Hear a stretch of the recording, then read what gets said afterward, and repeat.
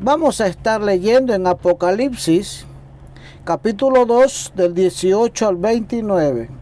Apocalipsis, capítulo 2, del 18 al 29. El mensaje a Tiatira. Recordemos que estamos en la continuación de las enseñanzas de los mensajes a las iglesias en Asia. Amén. Sabemos que la primera fue la iglesia de Éfeso, la segunda el mensaje a Esmirna, el tercero el mensaje a Pérgamo y ahora estamos con la cuarta iglesia, el mensaje a Tiatira. Pueden buscar su Biblia en sus hogares, el que está en el carro, el que tiene la Biblia, la aplicación de la Biblia en su celular, puede, hermano, sacarla y leer junto conmigo, porque aquí comparamos, hermano. Amén. Aquí leemos todo juntos, porque si yo me equivoco, ustedes me corrigen, y si ustedes están equivocados, la palabra te va a corregir.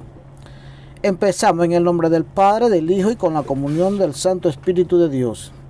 El mensaje a Tiatira.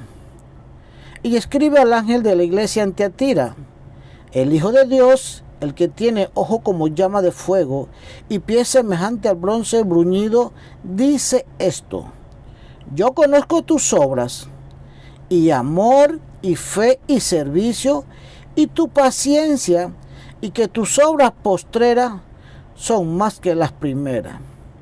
Pero dice el 20, aquí hay un pero tengo unas pocas cosas contra ti, que toleras que esa mujer Jezabel, que se dice profetiza, vean, ella se dice profetiza, enseñe y seduzca a mis siervos a fornicar y a comer cosas sacrificadas a los ídolos.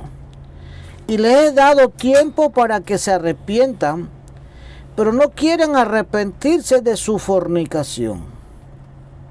He aquí, yo la arrojo en cama y en gran tribulación a los que con ella adulteran, si no se arrepienten de las obras de ella, y a sus hijos heriré de muerte, y todas las iglesias sabrán que yo soy el que escudriña la mente y el corazón, y os daré a cada uno según vuestras obras.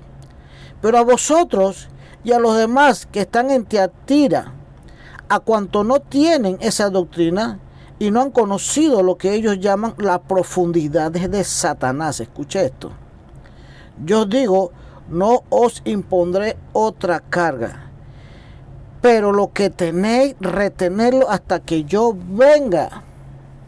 Y aquí hay promesas de Dios, el 26 y 27. Dice: al que venciere y guardare mis obras hasta el fin, yo le daré autoridad sobre las naciones. Y las regirá con vara de hierro, y serán quebradas como vaso de alfarero, como yo también he recibido de mi Padre, y le daré la estrella de la mañana.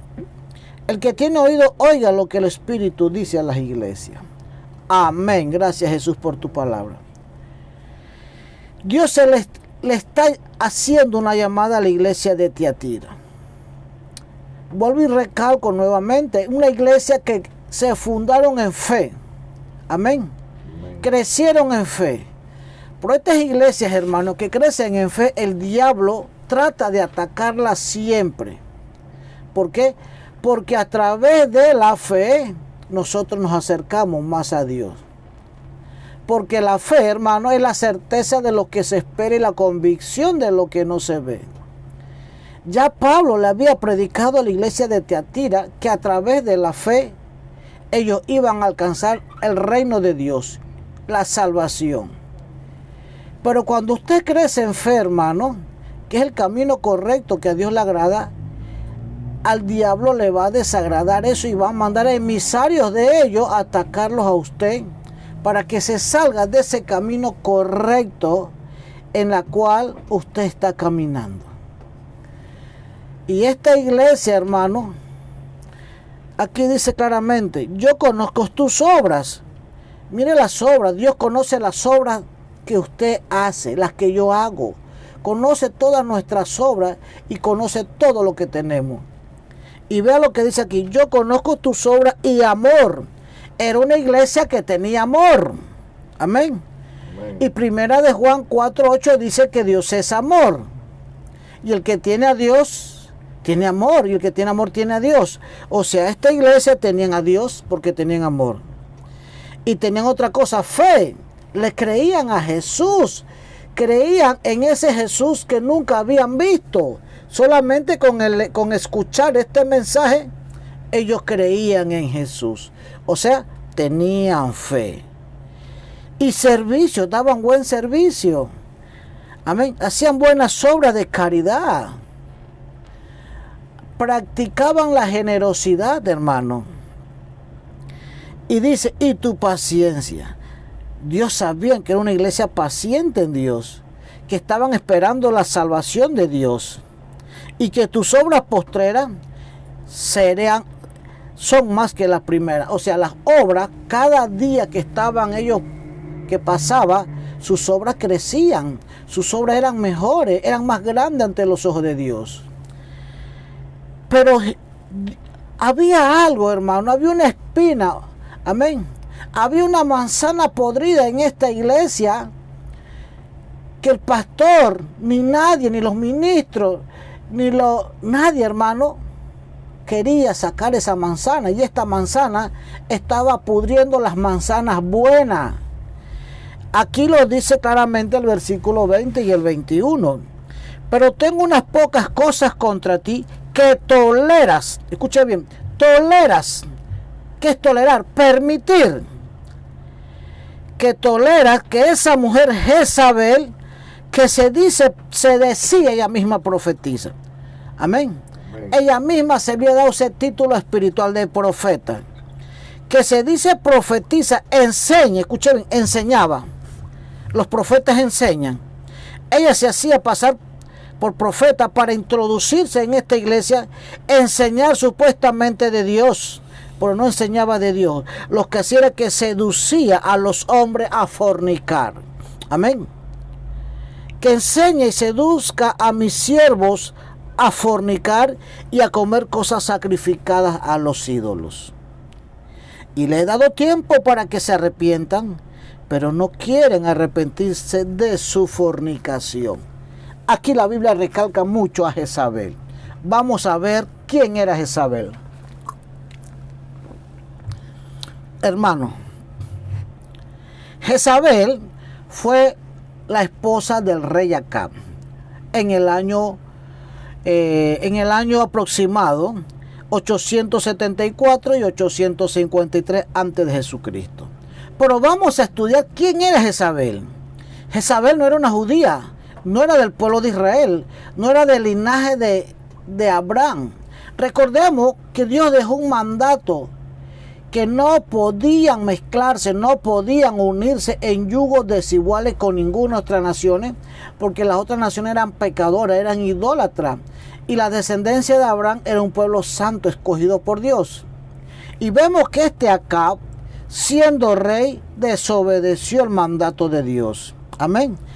Y en 1 de Reyes, capítulo 16, usted lo va a encontrar, donde dice: porque fue ligera cosa andar en los pecados de Jeroboam, hijo de Nabot, y tomó por mujer a Jezabel, hija de Etbaal, rey de los Sidonios, y que fue y sirvió a Baal y lo adoró. Este rey Acab no busca una hermosa judía igual que él, que tuviera temor de Dios, sino que se va a otros países, al país de los sidonios. Los sidonios eran grandes hechiceros de la época, hermano. Adoraban a Baal. ¿Quién era Baal? Era un dios, una entidad que se le manifestaba a ellos, amén, cuerpo de hombre, pero cabeza de toro.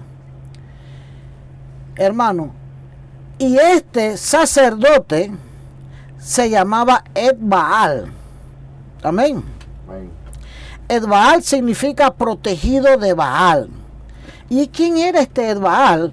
Simplemente fue un sacerdote que llegó al poder, o sea, llegó al trono de Sidón mediante el crimen. Como era sacerdote de Baal, amén, lo tenían como algo sagrado este sacerdote. Y aprovechó esto para matar a su rey, a sus príncipes y él mismo tomar el trono. Y se convirtió en el rey de los sidonios y tuvo a esta hija que se llamaba Jezabel. Imagínense el linaje, imagínense, hermano, la sangre que traía esta mujer. Amén. Sangre, hermano, de hechicero, sangre de asesino, sangre de prostituta. Todo el que es hechicero y hechicera practica la prostitución, hermano. Porque el diablo es padre de pecado y lo que induce a sus siervos, a sus hechiceros, es a pecar. Amén. Entonces, la Biblia habla claramente en 2 de Reyes 9 y versículo 22, habla que Jezabel era fornicaria, era hechicera, era adúltera. Amén. Que Jezabel destruyó y mató a los profetas de Jehová. Eso lo encuentra en 1 de Reyes 18:4. Hermano, y si usted quiere seguir estudiando la historia de Jezabel y de Acab, puede leer en los libros de los reyes, hermano. Desde el Reyes, 1 de Reyes, capítulo 16 en adelante, usted va a encontrar las historias. Y son muy hermosas. Y nos van a enseñar que nosotros no debemos de unirnos en yugos desiguales. Amén. Y vemos que Jezabel destruyó a los profetas de Jehová. Y ahí en esa ocasión, hermano, el profeta Elías tuvo que huir porque ella le había puesto la mirada para matar y destruir a Elías. Pero cuando tú eres un profeta de Dios, consagrado de Dios, Dios mismo te va a respaldar y te va a proteger. Esta mujer practicaba la idolatría, la hechicería, era vengativa, era asesina, era falsa, era vana. Esto usted lo va a encontrar en 2 de Reyes, hermano, capítulo 9, léalo, es muy bonito. Y 1 de Reyes 21. Y vemos en 2 de Reyes 9:33 la muerte trágica y terrible que sufrió esta hechicera. Usted se preguntará, pero ¿cómo es esto que Jezabel existió en el año 900 antes de Cristo y ahora 1000 años después Dios habla que está Jezabel en esta iglesia? ¿Por qué está Jezabel en la iglesia de Tiatira? Si ella murió en Israel, hermano, simplemente porque el espíritu que le había transmitido su padre, que era sacerdote de Baal, y sepa Dios cómo la concibieron a ella, en qué rito satánico, en qué orgía satánica, ella le transmitieron este espíritu. Recordemos, hermano, que Éxodo 25 dice que Dios visita las iniquidades de la primera, segunda, tercera y hasta la cuarta generación. Las iniquidades se transmiten en el espíritu porque usted tiene un espíritu. Amén. Y la sangre usted se la transmiten en su cuerpo. Entonces hay heredades que se la transmiten a usted en la sangre y otras heredades que se la transmiten en el espíritu. Y a esta Jezabel la habían heredado maldiciones en la sangre y maldiciones en su espíritu. Entonces vemos que esta Jezabel, hermano, era una mujer hechicera, adúltera, fornicaria, asesina. Y ahora este espíritu estaba metido en la iglesia de Tiatira. Esta iglesia que había empezado a crecer en fe, hacían buenas obras. Amén. Dios estaba en el medio de ella porque había amor. Lo dice el versículo 19. Y amor y fe, por el diablo quería destruir. Amén. E introdujo a una mujer con el espíritu de Jezabel que se hacía profetisa. ¿Y qué hacía? Seducía a los siervos de Dios a fornicar, hermano. Y le creían muchas cosas porque pensaban que era la voz de Dios en la iglesia de Tiatira. Incitaba a los siervos de Dios, a los consagrados de Dios a fornicar. Hermano, mucho cuidado. Mucho cuidado con esas personas que se hacen ser llamados profetas de Dios. Esas personas que están recién convertidas y ya están escuchando voces. Hermano, yo quiero que usted sepa algo. Uno de los ministerios que son más difíciles para alcanzar es el de la profecía.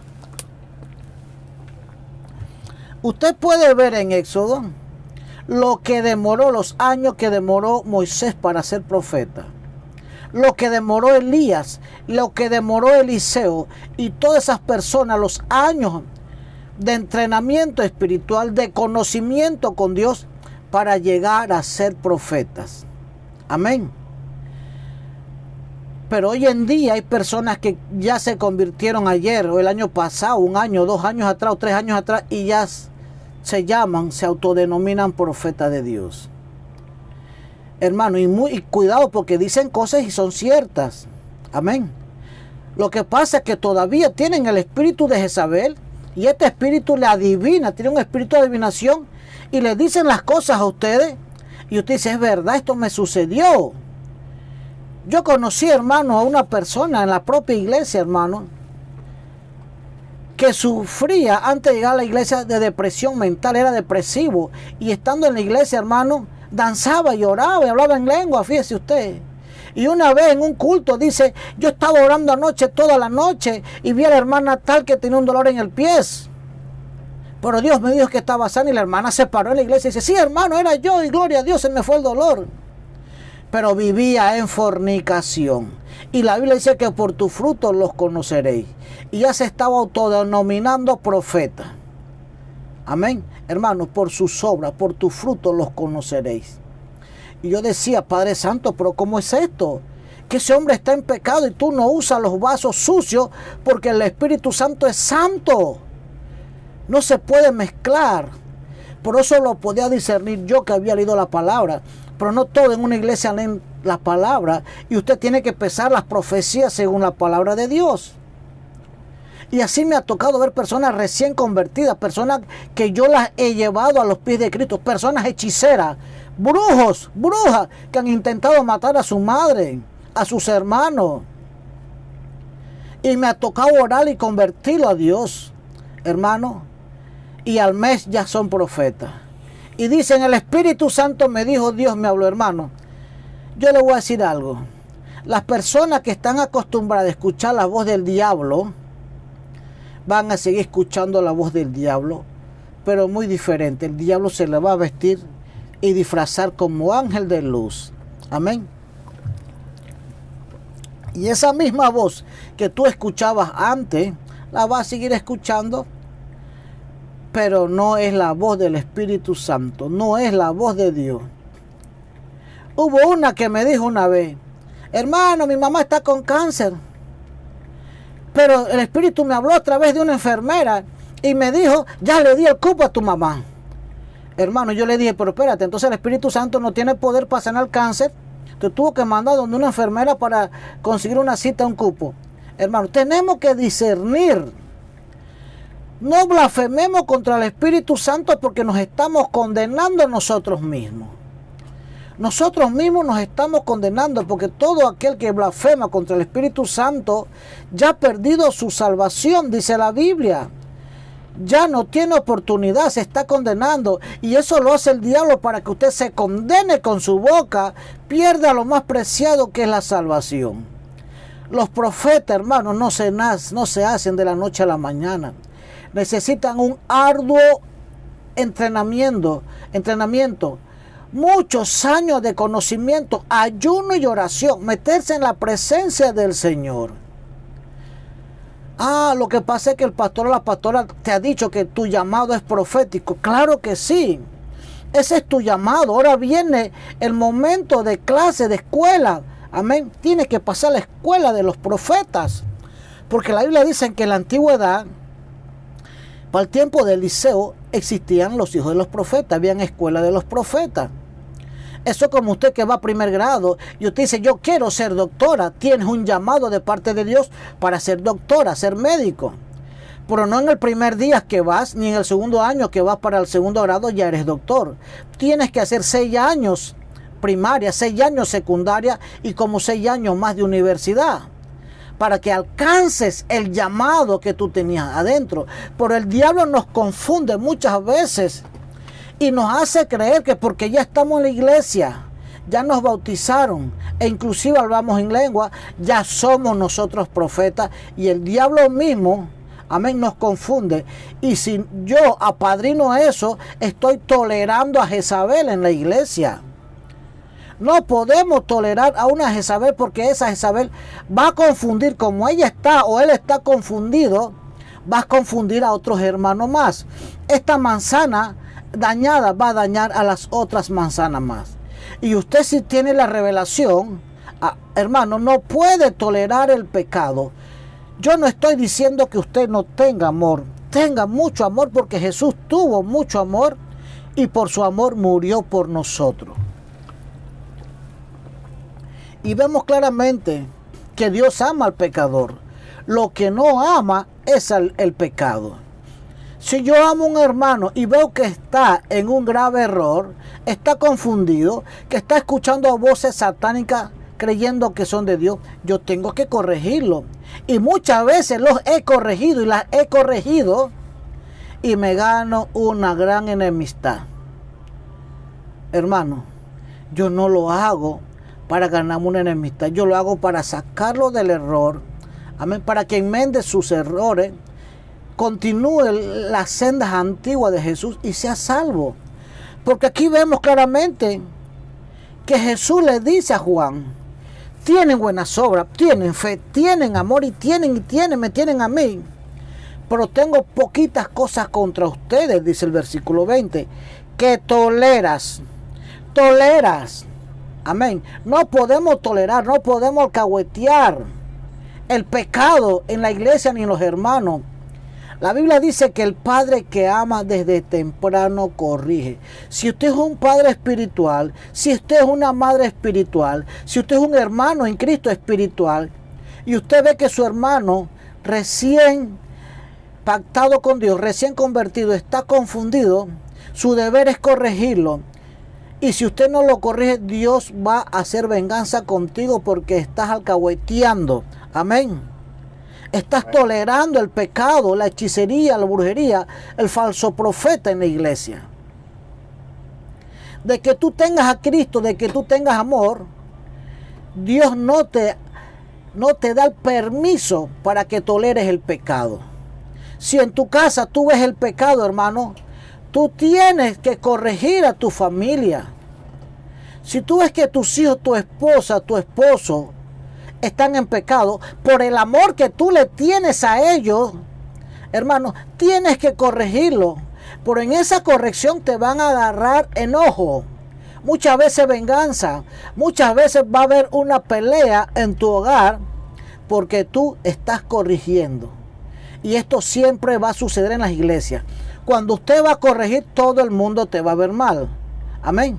Cuando tú corriges, hermano, nadie te va a ver bien. Pero aquella persona que es sabia te lo va a agradecer. Porque la Biblia dice que las palabras, la corrección del sabio cuando me corrige son bálsamo. Por la persona que no tiene sabiduría, hermano, se va a enojar contigo.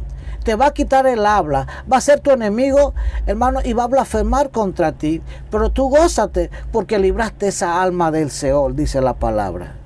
Entonces, aquí dice la Biblia que había un grupo en la iglesia de Tiatira, que ya este grupo había conocido las profundidades de Satanás. Mano, bájale un poquito de volumen, por favor.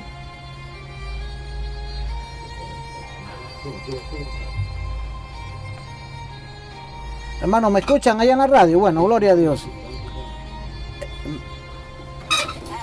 Bueno, bájale el volumen, por favor.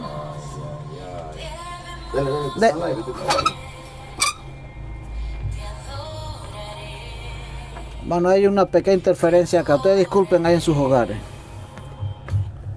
Amén, continuamos.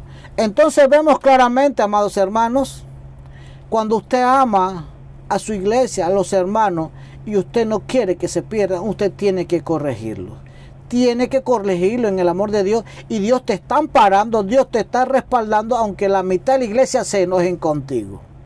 No importa quién se enoje, lo importante es quién te ama. Jesucristo te ama, Jesucristo está contigo. Y el buen padre que ama desde temprano corrige. Corrige, hermano. Usted no puede permitir una Jezabel en su iglesia. Porque si tú lo permites, hermano, permitiste una, mañana va a haber dos, pasado tres. Cuando vas a ver la mitad de tu iglesia está dañada, por este espíritu inmundo que existió 900 años antes de Jesucristo, y este espíritu no ha muerto. Anda por todas las iglesias, amén, incitando a los siervos de Dios a fornicar. Quieren tumbarle la cabeza de los siervos de Dios. Quieren tumbarle la cabeza de los verdaderos profetas y de los siervos de Dios. No lo permitas, hermano. Amén. Porque si tú vences, dice el 25, pero lo que tenéis, retenerlo hasta que yo venga. Al que venciere y guardare mis obras hasta el fin, yo le daré autoridad sobre las naciones, y las regiré con vara de hierro, y serán quebradas como vasos de alfarero, como yo también la he recibido de mi Padre. Y vea lo que dice ahora, hermano, en Apocalipsis capítulo 19. Vamos a leer Apocalipsis 19. Gloria a Dios. Dios te va a dar autoridad sobre las naciones y vas a regir con vara de hierro. Dice 19, 14 y 15. Probamos antes al 12.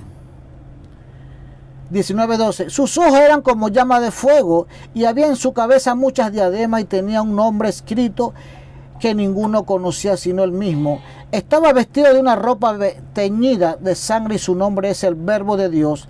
Y los ejércitos, escuche bien, ejércitos, muchedumbre de ejércitos celestiales, vestidos de lino finísimo y blanco y limpio, le siguen en caballo blanco. Y de su boca sale una espada aguda para herir con ella las naciones, y el que las regirá, y él las regirá con vara de hierro. Escuche bien, él las regirá con vara de hierro, y él pisa el lagar del vino, del furor y de la ira del Dios Todopoderoso. Este Jesús está explicando que nosotros, los que hemos sido levantados en el rapto, los que hemos sido salvados, vamos a regresar como un ejército de Dios. Vamos a regresar, hermano, con esa autoridad. Vamos a gobernar las naciones. Usted y yo vamos a gobernar. Primero viene el rapto, Dios nos va a levantar, amén. Pero después venimos a juzgar a las naciones. Las vamos a regir, hermanos, con vara de hierro, amén. Vamos a regir cada nación. Y él pisa el lagar del vino del furor.